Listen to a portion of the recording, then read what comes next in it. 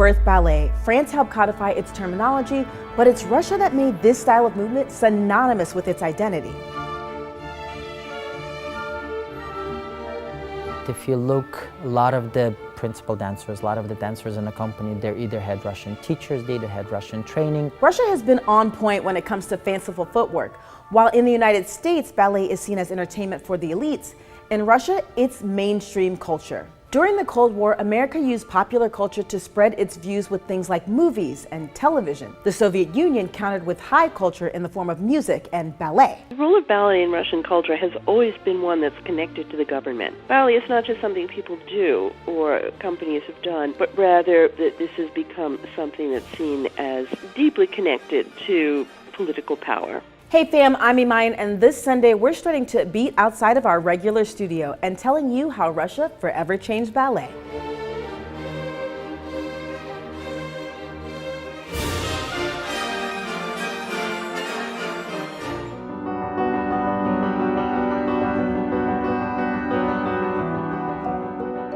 When you're black, you're punk rock all the time.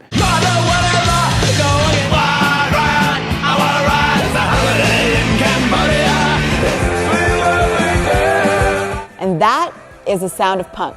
Short, fast riffs, lyrics pushing back against the mainstream mundane, the original don't give a attitude, and a no rules allowed genre for self-identifying misfits that emerged at a time where music was becoming maybe a little too clean. But punks, or at least as I saw it growing up, rarely looked like anything other than these guys.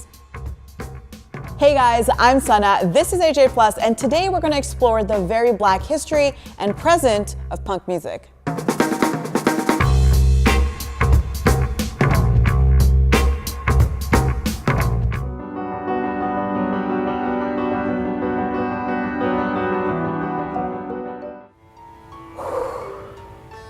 I actually am pretty terrible at yoga, but I grew up watching my not blood uncle Ranjit practicing yoga in his home every day. And let me tell you, it didn't look like this. The goats love this more than the people do. The goats are having a lot more fun between you and I. Yoga today is a massive industry in the United States, and it's a major part of leading a healthy lifestyle for millions of Americans and a fashion style for lots of others. And while we may all know that Om and Namaste and maybe even chakra are words somehow related to yoga, the actual history of how yoga came to the United States, spread across the world, and gave birth to millions wearing Lululemon isn't as well known. Hey guys, I'm Sana, and today I'm going to explore the history of yoga in the United States and ask your favorite question. Are our yoga classes cultural appropriation, appreciation, or just late-stage capitalism?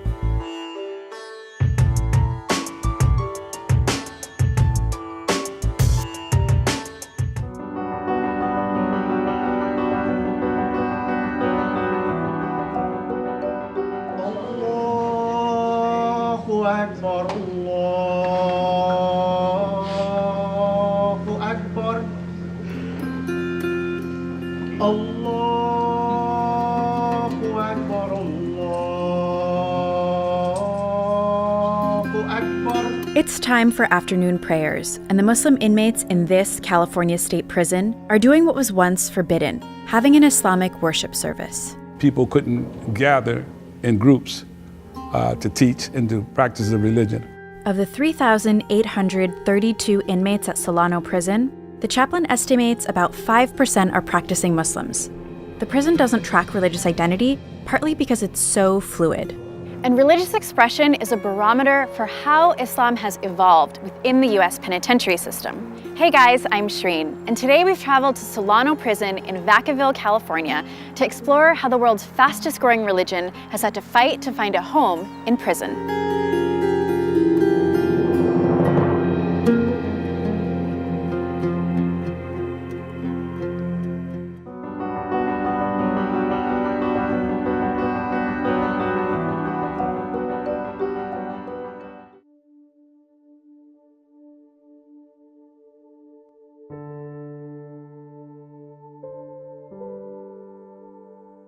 I knew something was wrong with Matthew very early on.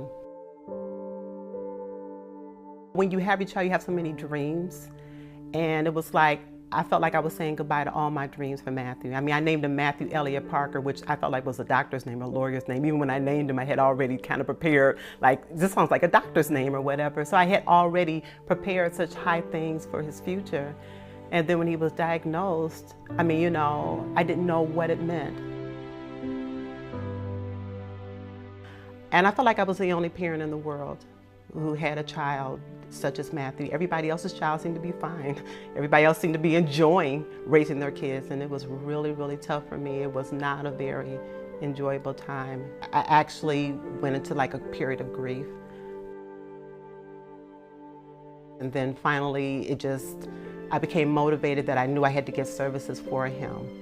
And I got a referral to the Achievement Center for Children, and this is where it all began.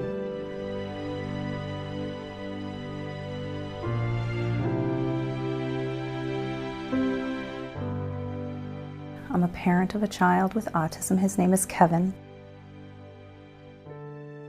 When that first diagnosis of autism, and your whole world just goes whoosh, it implodes. And then you're on this path and you just start this whole new life with your child. At 19 months old, we went to a center that was the Achievement Centers. We walked in the door for occupational therapy. And he's now 7. So he's been with them and they've been with us for most of his life.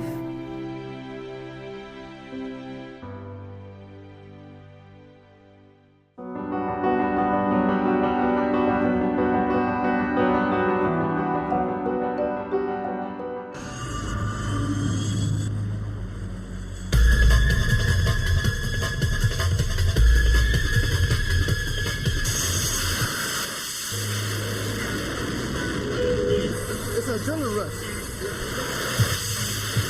It makes the day go by faster. It's fun. You see things every day that's something new. It's like a shop.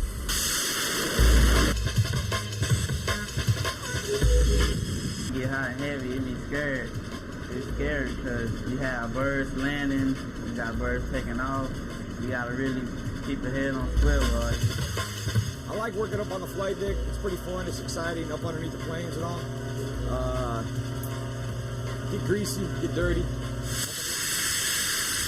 Nothing wrong with turning a few wrenches here and there. They look at me to make sure that it's safe to hook up an airplane. It goes all the way from the top all the way down here to the panel right behind me. These guys have to be ready before we can be ready up there. I love being up there.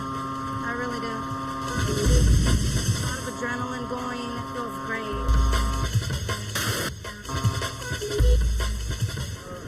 Myself, I'm a little rusty because we've been out of the game for a while, but we're coming a long way.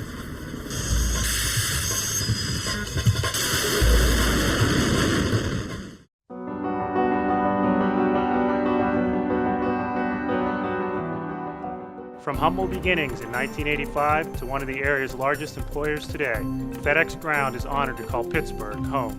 More than half of the 2,200 employees at our Moon Township headquarters work in science, technology, engineering, and math fields. So whether kids want to prepare for a high-tech career or just want to keep up in a technology-based world, learning math and science can launch a future filled with endless possibilities. FedEx Ground is proud to sponsor Math plus Science equals Success.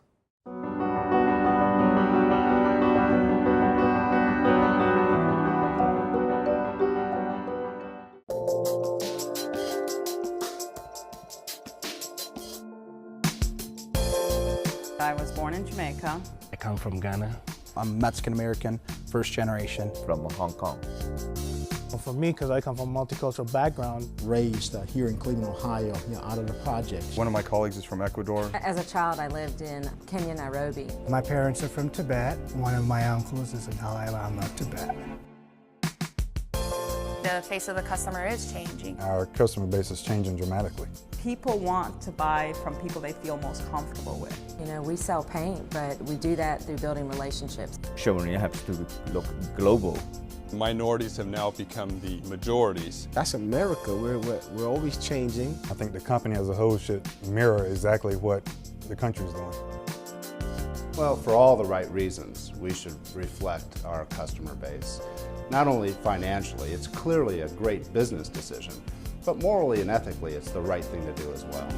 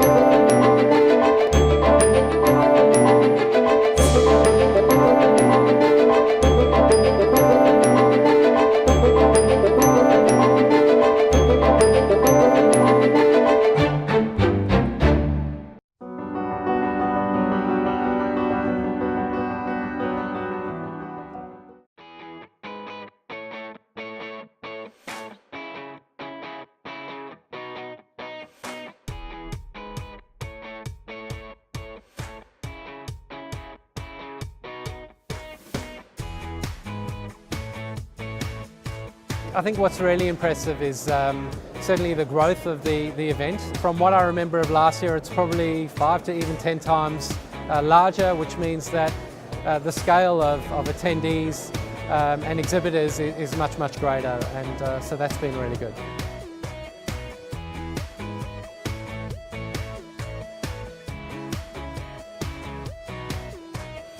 This is now moving to the center of everybody's thinking.